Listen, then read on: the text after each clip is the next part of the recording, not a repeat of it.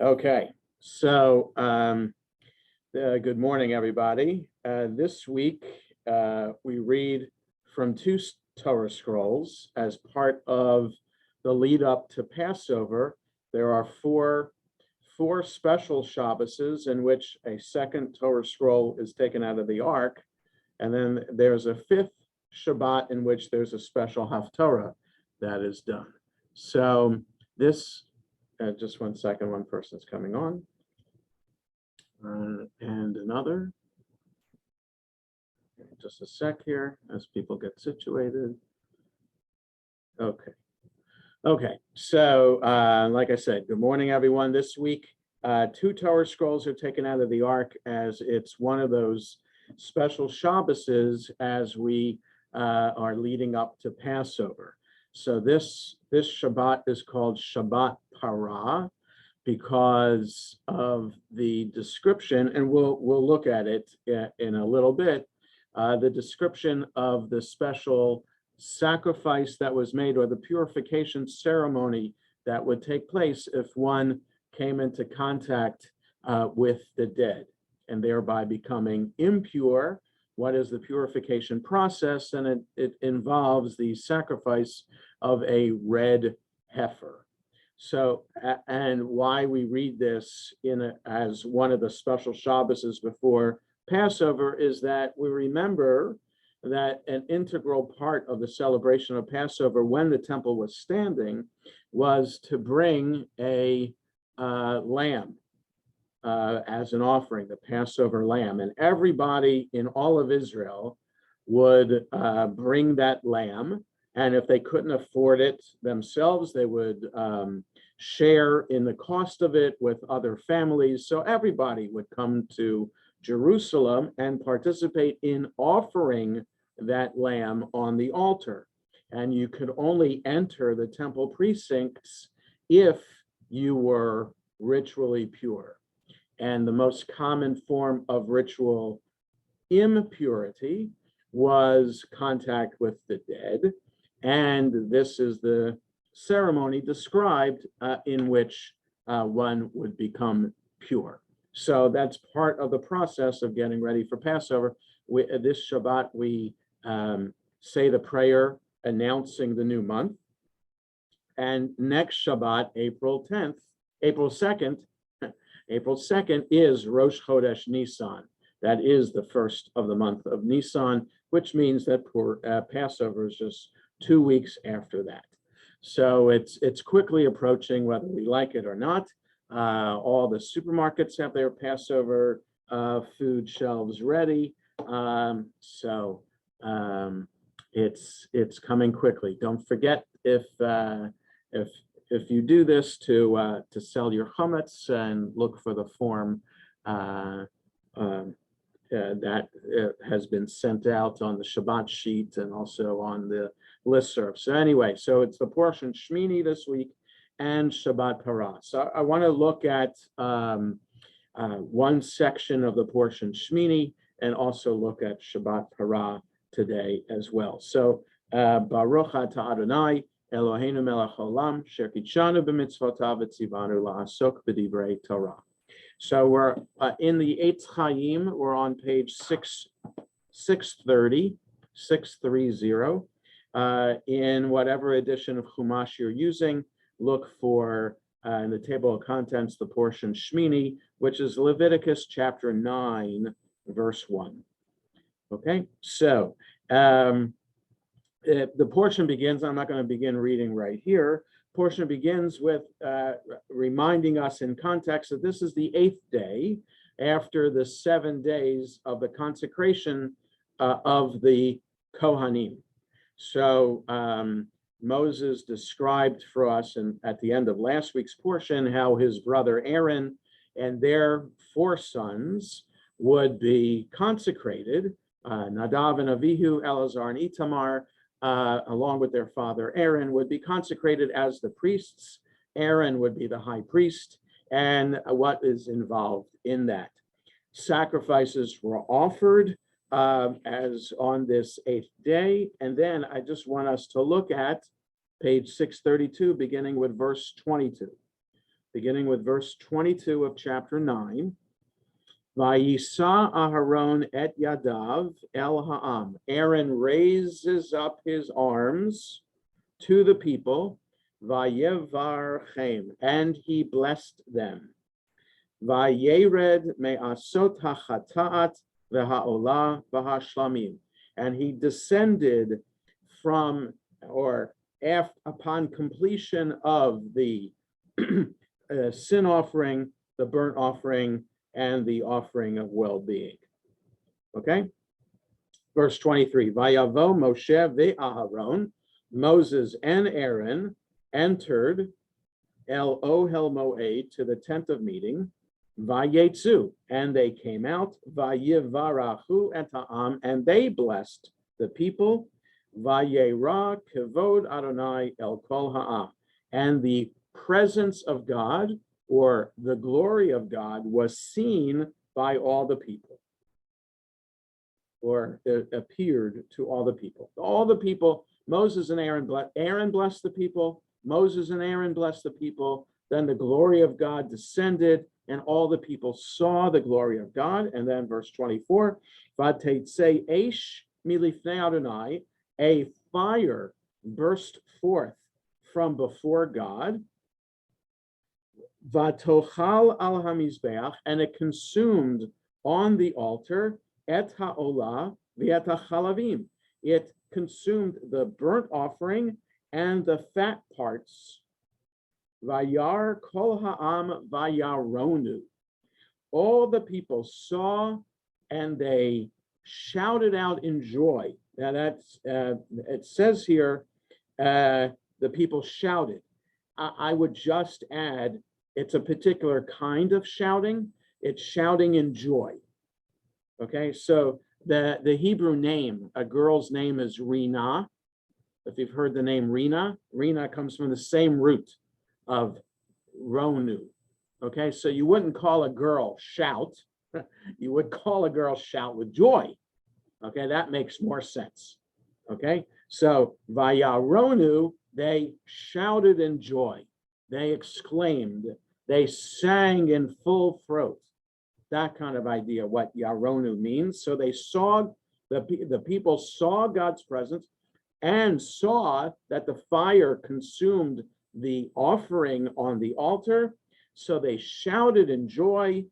They didn't shout in joy at Mount Sinai, by the way, where the entire people saw God's presence and they heard the Ten Commandments. There's no shouting in joy there, but they're shouting in joy here when they see the sacrifice being consumed. Vayiplu al paneihem, and they fell on their faces, which I think means that they bowed down, lying prostrate.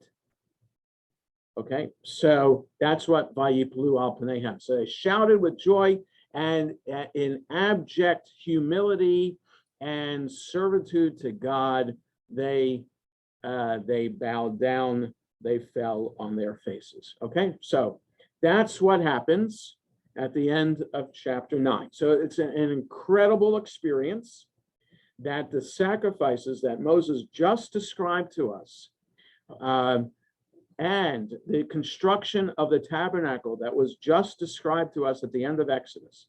So the tabernacle is complete. The Kohanim have had their week-long ceremony.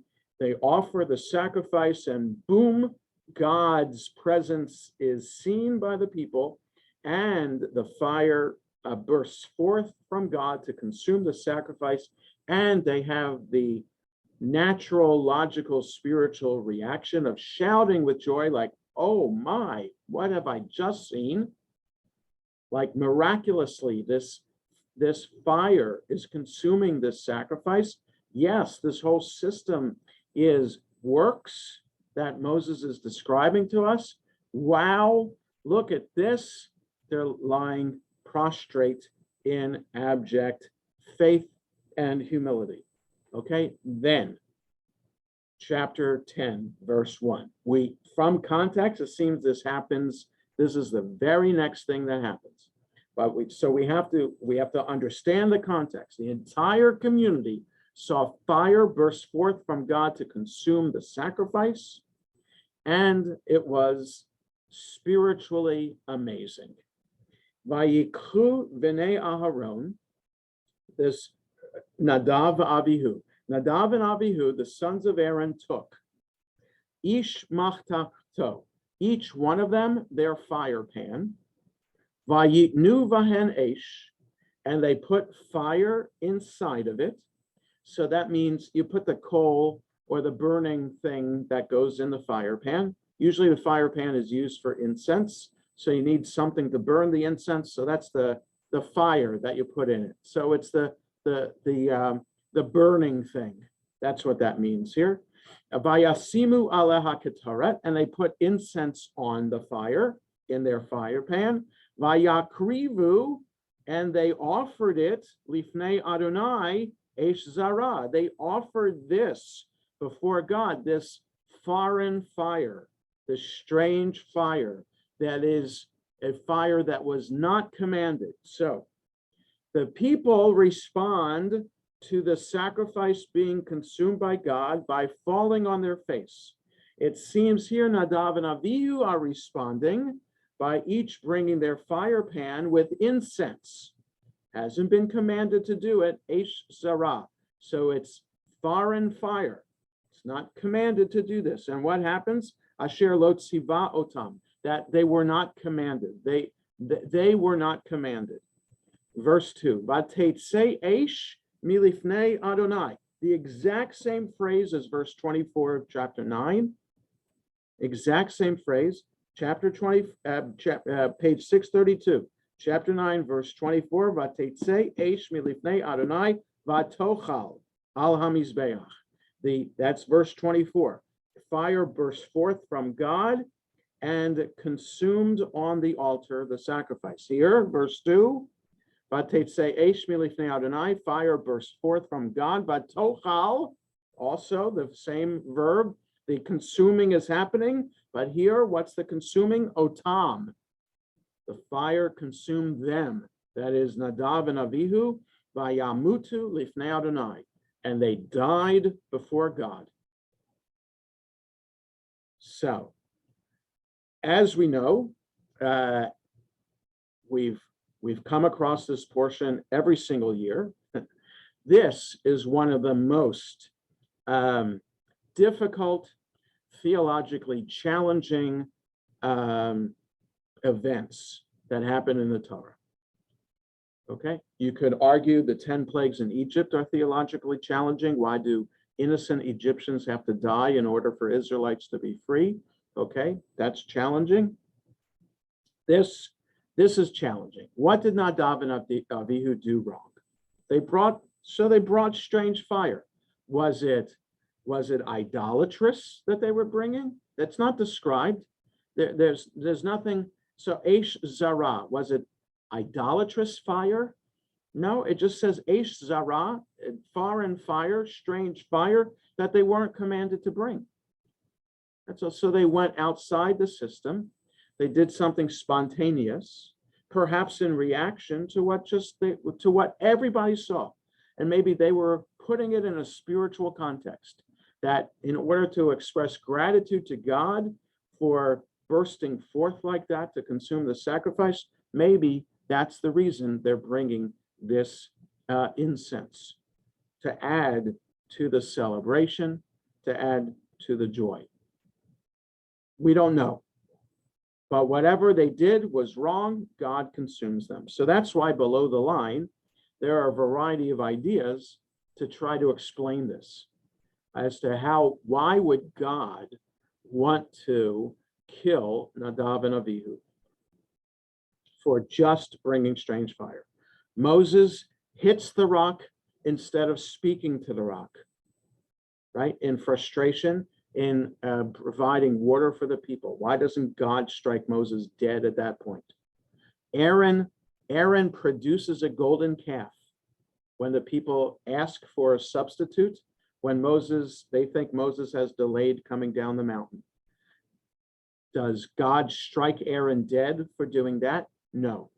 Okay, so there are more grievous sins that occur right? So Nadav and Avihu aren't directly disobeying God. They're just doing something extra. Moses directly disobeyed God by hitting the rock instead of speaking to it. We'll see that in the book of Numbers. Aaron directly disobeyed God. Everybody just heard the Ten Commandments. Do not bow down to a strange. Do not have strange gods before me. And here's Aaron building a golden calf. So God doesn't strike Aaron or Moses dead, but he does strike Nadav and Avihu dead. Okay, so what did they do wrong that would merit being struck down like this? Okay, so let's look at the commentary here, and then I'm also going to offer another idea as well that's not listed in the commentary below. The Torah narrates, so I'm on 633 below the line.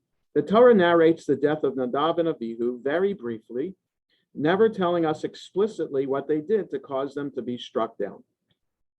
Therefore, all the Torah says is they brought strange fire before God that hasn't been commanded.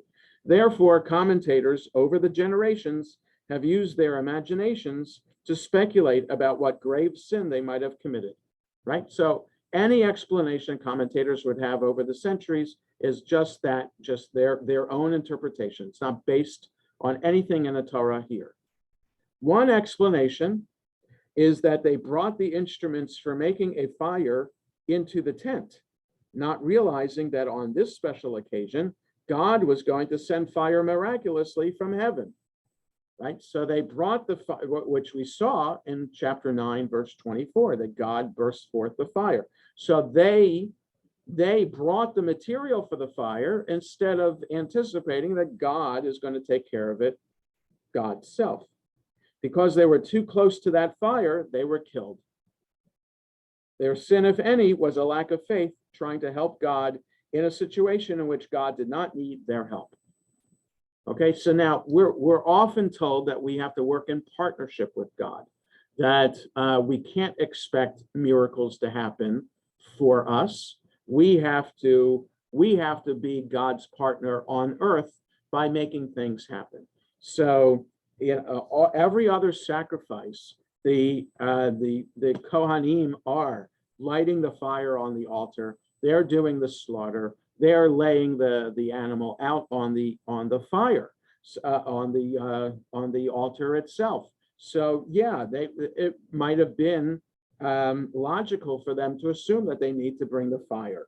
So perhaps the Mechilta, that's what's in parentheses there, is a rabbinic midrash on the book of Exodus, actually, in which their initial explanation that the commentary brings here is that maybe they were not anticipating that God would take care of this, and their lack of faith for that in the moment is why they were struck down. Still inconclusive to me and insufficient to me to explain this. Most of the sages, however, judge them less charitably. Like there must have been something inherently wrong with them to deserve being struck down. So some find them guilty of egotism. Each took his own fire pan, consulting neither with each other nor with their father Aaron, right? So they just, we're just going to look at us, these great Kohanim. I'm bringing my fire pan. I'm a great Kohen. Not even we. Nadav says, I'm a great Kohen. Avihu says, I'm a great Kohen. I'm bringing a fire pan. So that's the egotistical idea, perhaps, or of entering the sanctuary drunk, for which reason priests are told in verse 9 not to drink wine before entering the sanctuary. Okay, so this is verse 2, and we'll see if you just turn ahead to page 635, we're told about the law that when Kohanim work, they're not supposed to be drunk. Okay, so from the context, right, the rabbis are looking for hints from the context itself. So one hint is that it says in verse 1 of chapter 10 that they brought ish machtachto. Each one brought their fire pan, right? So that leads to the sense of egotistical. or that because the next section that comes up after this is laws pertaining to the behavior of the priests, namely that they should not be drunk when they work. Maybe Nadav and Avihu were drunk, even though it didn't say that explicitly. Okay? Or, so it's two reasons. The third being, after the parentheses there, 12:1, or of entering so casually dressed that they showed disrespect for their surroundings. So that is purely made up, because we have no idea. We assume that they're dressed in the regular uniform of a Kohen. Why would the commentary think that they're casually dressed? Okay, you're grasping at straws, so maybe that's something that they're making up to. So they weren't dressed appropriately. So three ideas there: egotistical, drunk, or casually dressed.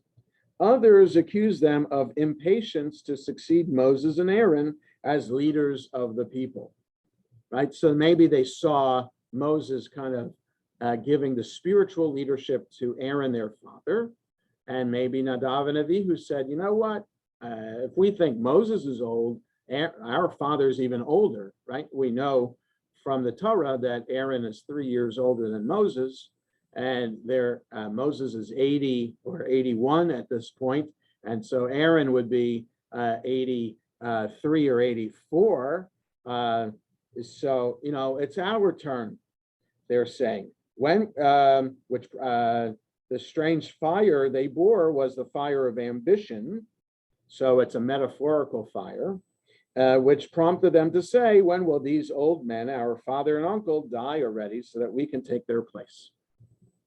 So here's a more psychological, metaphorical approach, that it's the fire of ambition that got to them, based on the comment of the Sifra, which is a rabbinic midrash on the book of Leviticus, that their sin was not consulting with their father. Hirsch, champion of modern orthodoxy, identifies their sin as making themselves the highest authority and disregarding the tradition of their elders. Okay, so here, ambition or even disregarding tradition and authority. All right, still, for me, not satisfactory enough. One intriguing interpretation sees them as motivated by excessive piety. So they were too religious. Out of their love, so these reasons were disparaging. Here, okay, maybe they're too religious. Out of their love for the divine, they tried to come too close to God, who is like a raging fire. Okay, they tried to get too close to God, who is like a raging fire. So they saw the fire that came out on the altar, and here in chapter 10, they're trying to respond to the moment by bringing the fire pan to get closer to that fire. So if we go on, they were motivated by a passion for closeness to God that God did not command because it was too dangerous. Nadav means willing, and Avihu means God is my father. So maybe by their names, we get a sense of their character, that they are over pious, over religious, over spiritual, and God put limits as to how close they should get, and Nadav and Avihu decided not to pay attention to those limits and get too close. And it goes on, they could not be satisfied with rituals and sacrifices, but had to draw so close to God that they were consumed by the strange fire in their souls. Perhaps Aaron is warned so often and so sternly about when and how to enter the tabernacle, lest he too be struck down in this desire to be one with God, right? So their soul is too driven with passion to get close to God, that this is why they were struck down. Okay, so maybe it's a metaphorical striking down, and but they did die. Nadav and Avihu are never mentioned again, except in reference to how they died. Right? So there's a portion that comes up in a little bit in Leviticus, acharei mot, after the death, in which it says God spoke to Aaron after the death of Nadav and Avihu. Okay, so their deaths are referred to, but why they are dying here, this is a more spiritual explanation. And I wanted to refer, because the commentary here doesn't do it, we have to remember what happened at the end of the portion Mishpatim. So if we just keep our place here and turn back to page 478 in the Eitz Chaim, and I'll tell you what the chapter and verse reference for any other Chumash that you're using. 478 is chapter 24 of Exodus. Chapter 24 of Exodus, verse 9. Okay, so this is the end of the portion Mishpatim, at the end of which the description of the civil law that Moses learned from God, and the people have just heard the 10 commandments. Then Moses stays for 40 days on the mountain. Moses is transmitting the law, this civil law, to the people, and then there's a moment of gratitude in which Moses and certain elders are going up the mountain again to build an altar. And so this is the description that's important here, I think, for our context to understand Nadav and Avihu. 478, chapter 24, verse 9. Vaya'al Moshe v'Aharon, Moses and Aaron, Nadav v'Avihu, v'shivim mizignei Yisrael. Moses, Aaron, Nadav, and Avihu, not the two other sons of Aaron, Eleazar and Itamar. Nadav and Avihu, Moses and Aaron, and 70 elders went up Mount Sinai, that is, Vayir'u et Elohei Yisrael, and they saw the God of Israel, Betachat Raglav, and under God's feet, Kema'aseh livnat sapir, like something made out of sapphire, like a pavement of sapphire. It says, Uche'etzem hashamayim latahor, like the very sky for purity. Yet, ve'el atzilei b'nei Yisrael, yet towards the leaders of the people of Israel, lo shalach yado, God did not send out his hand or his arm. Vayechazu et Elohim, and they saw God, vayochlu vayishtu, and they ate and they drank. So there's some kind of mystical experience that Moses, Aaron, Nadav, and Avihu, and the 70 elders of Israel experienced on Mount Sinai in seeing God and the sapphire pavement under God's feet. So whatever that was, that's what Nadav and Avihu saw that. And they were privileged to see that. Now, if we understand that Nadav and Avihu saw that once, that if you see that once, you can imagine how it could transform your life and permanently transform your life. That whatever happened before you saw God and that sapphire pavement, you're different now than you were before.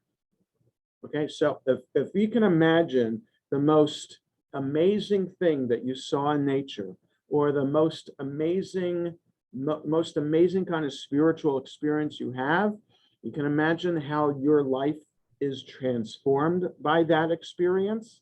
I'm not sure if we've ever had something in which we can say that, in the Charlton Heston 10 Commandments movie, Cecil B. DeMille did this on purpose to Charlton Heston, right?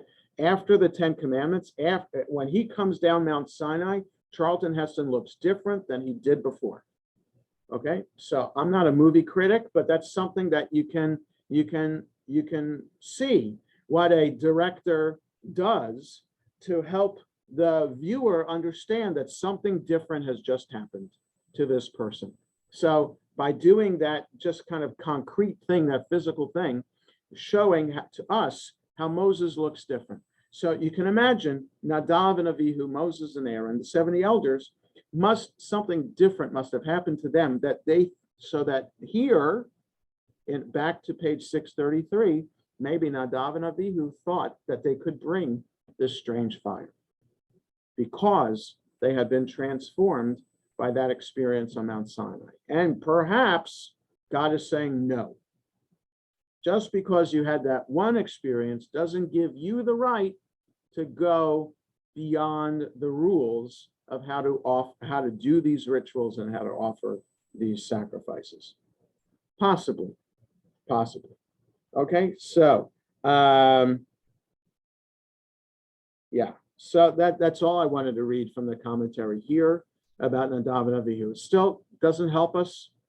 It's still theologically challenging, but you can see this is just a taste of the many commentaries over the centuries trying to explain it. If you Google modern Jewish interpretations, Nadav and Avihu, you'll see a whole variety of things come up on the internet about this.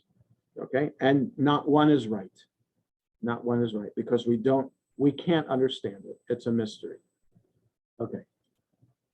For the rest of the time, I'd like us now to turn ahead to what we'll be reading from the second scroll, and just to talk a little bit about that. So let's turn ahead to page 880, which is Numbers chapter 19.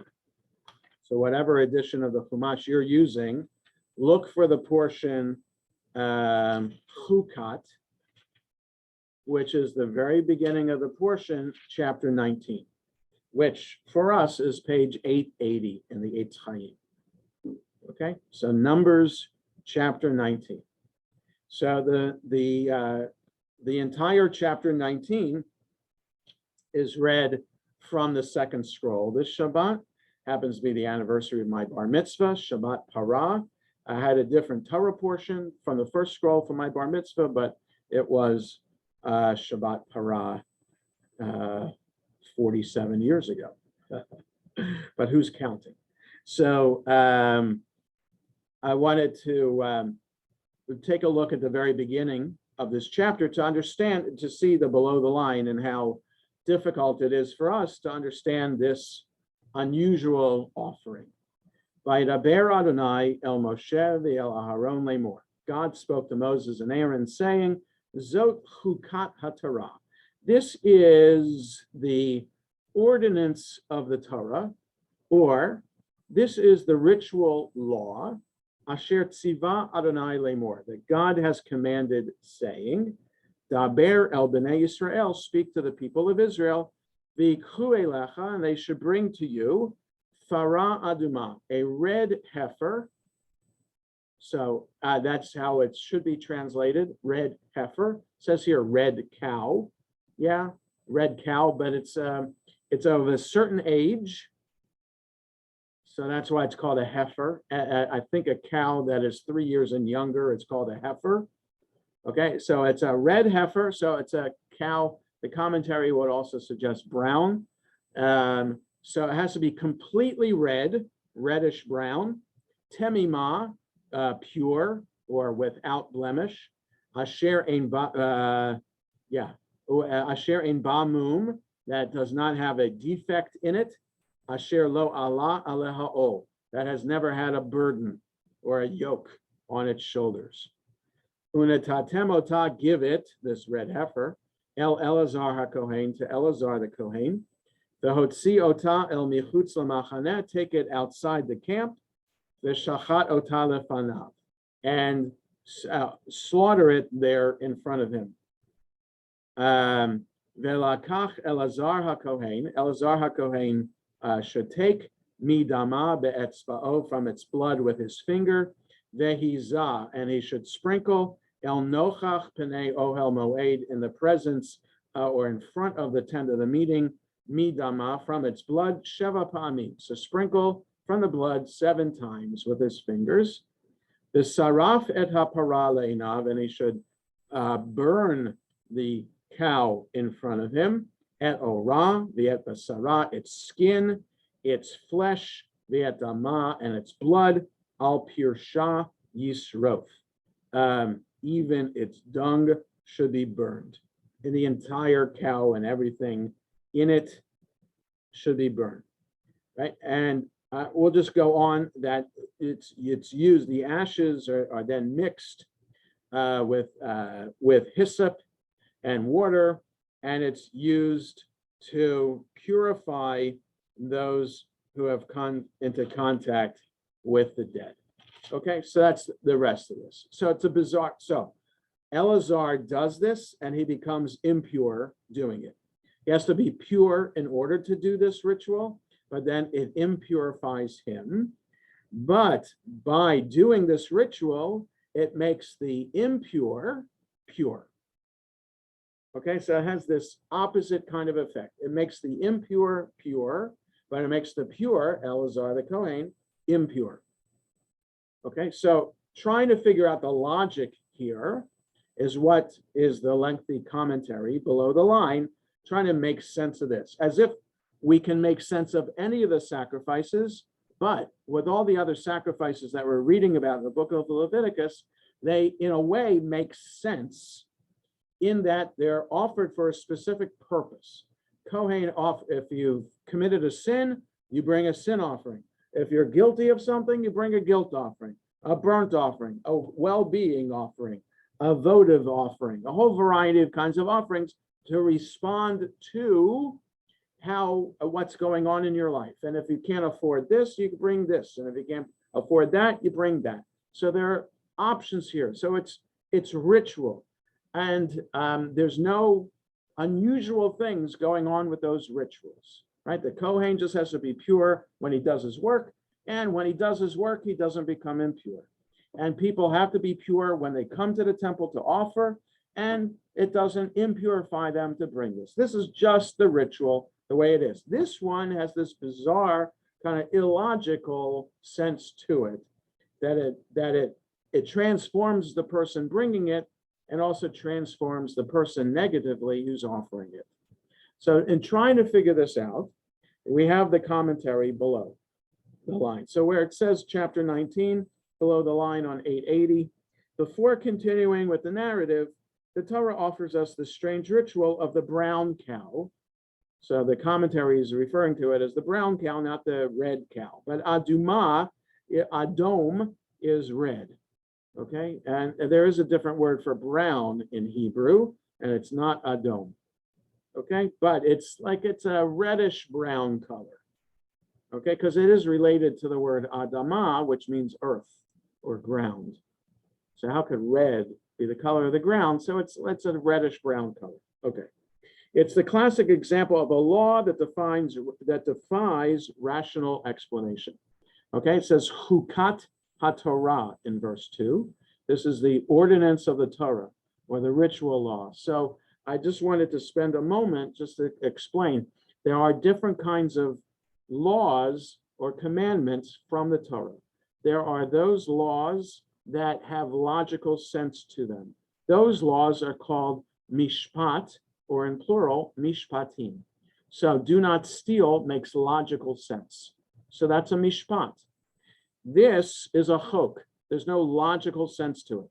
Also, the dietary laws, no logical sense to it. It's random. Why should animals be chosen that chew their cud and have split hooves? Why are those the categories that make an animal fit for consumption? It's random, assigned by God. Therefore, it is a chok. There's no logic to it. Okay? The commentaries explaining the dietary laws try to apply logic to it, but there's no reason given. So any law that doesn't have a reason to it and is also illogical or random is called a chok. So this is a chok. Okay, so that's one way to categorize the 613 commandments. Some are chukim, the plural of chok, and some are mishpatim. Okay, some make logical sense, some are illogical, and we just do them out of faith in God. Okay, we keep kosher because God said so. It's part of the identifying feature of what it means to be a Jew.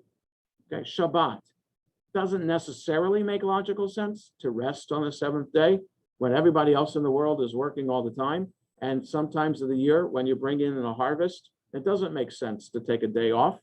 Okay, God says we have to take a day of rest. It's a day of rest. So Shabbat can be considered a chok as well. So Kashrut and Shabbat, two major identifying features of Judaism, are based on this idea of faith. You do it because God said so.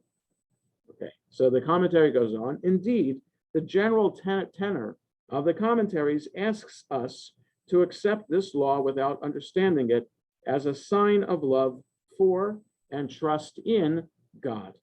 The commentators hold that it would be almost unseemly to search for a rational explanation, implying that God's word would be acceptable only if it fit our canons of reasoning.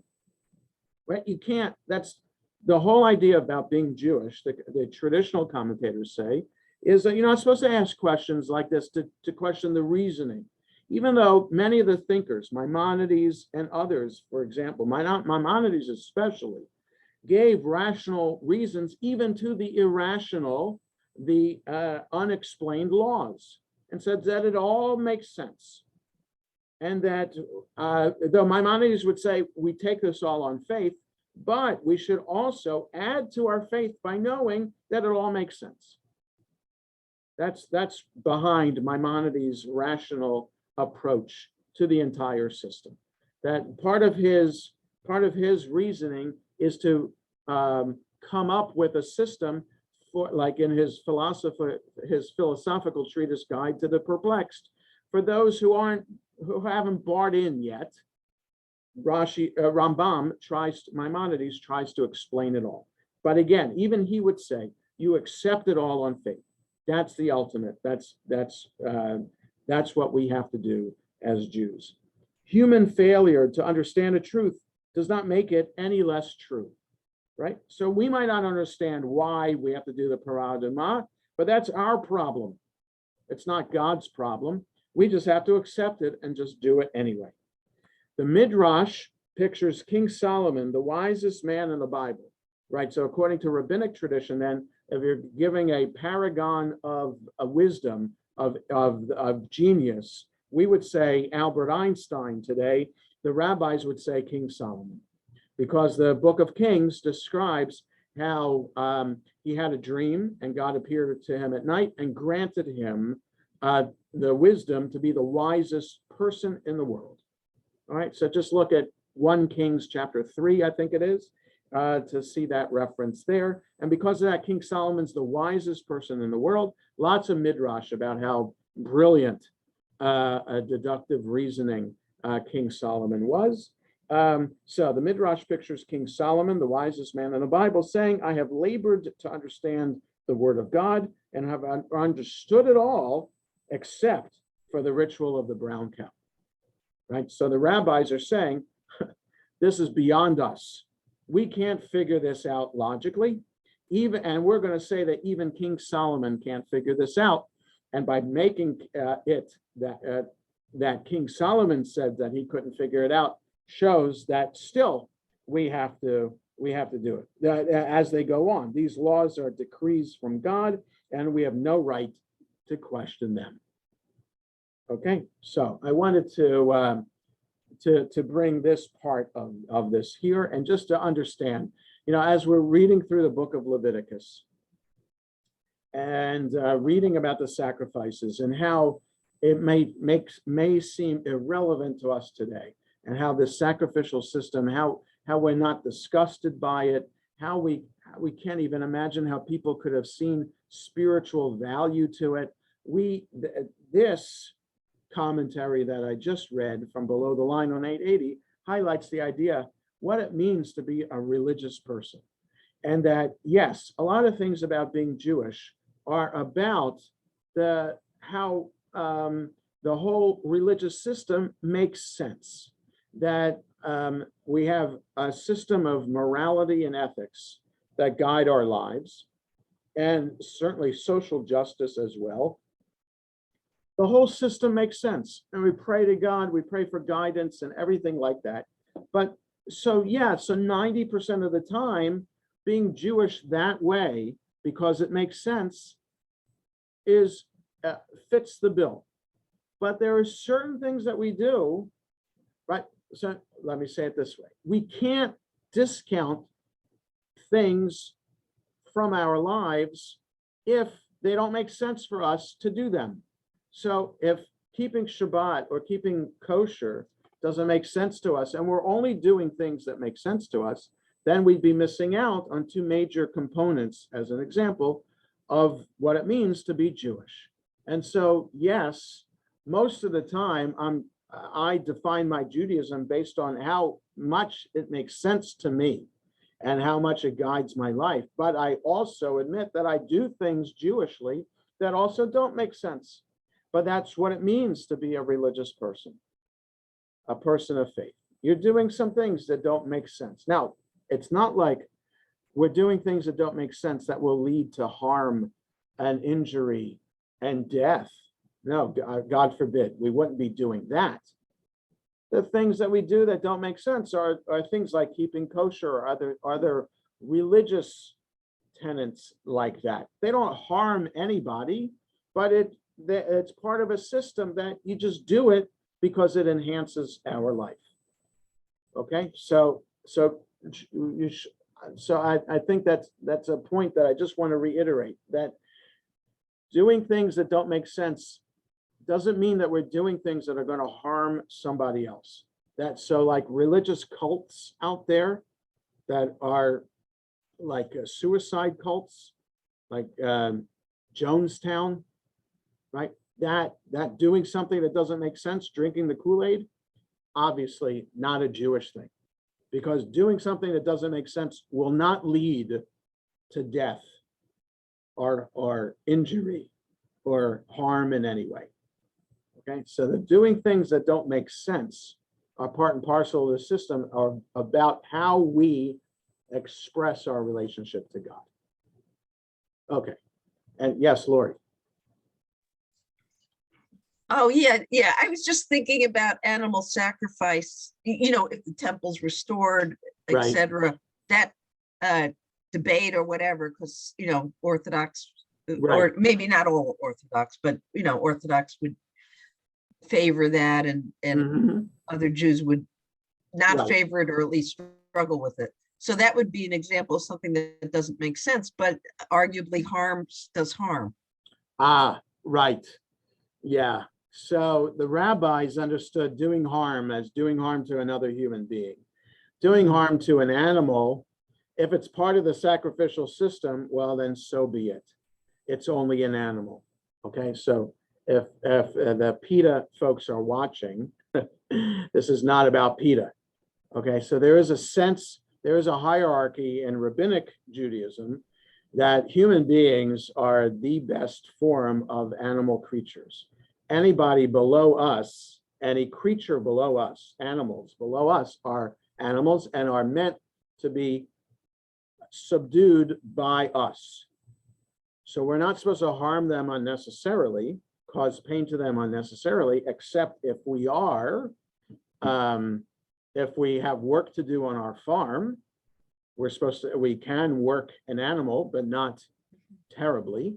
But we're supposed to let our animals rest on Shabbat as well.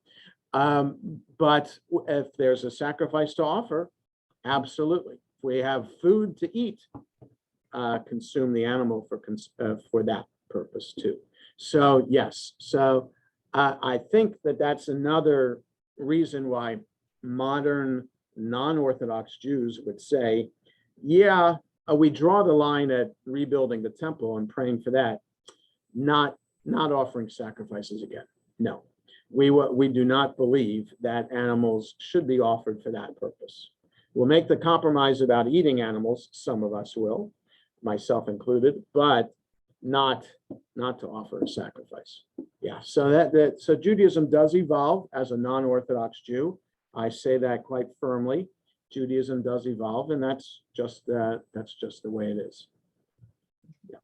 Any other thoughts? Yeah, Rabbi. Yes, so. What would the more frum communities do now if a Kohanim got connected to a corpse, or was? Well, so everybody has come into contact with a corpse, knowingly or unknowingly, because contact with a corpse means just being under the same roof. So, Well, didn't this law have to do with just the priests? No, every individual who wants to become purified after coming into contact with a corpse has to go through this ritual. The Kohen offers the ritual, does the ritual for any person who's come into contact with the dead. So we've all come into contact with the dead, and so we are all impure. Kohanim, who even don't attend a funeral or don't walk into a cemetery, are still impure, and they just symbolically try to stay pure by not attending a funeral or going into a cemetery. And we symbolically purify ourselves when we wash our hands before saying Hamotzi, or wash our hands after leaving a cemetery, but it's all symbolic because the Parah Adumah is not there and the temple isn't standing in Jerusalem. So there is no purification for this until the temple is rebuilt. Sylvia. I wasn't going to ask a question, but merely a statement, because listening to all that you have discussed today, Yeah. I just wonder, I'm talking about perhaps my kids, my grandchildren, other than the Orthodox, do you think this will continue for them to understand, to accept as we're doing? Well, so it's a challenge in every generation to make Judaism relevant to those who are not educated in it, and to everyone in the community, to make it so much that they want it, that Judaism can be part of their lives. How can we do that? And that's the number one question for Jewish leaders and communal leaders in every generation.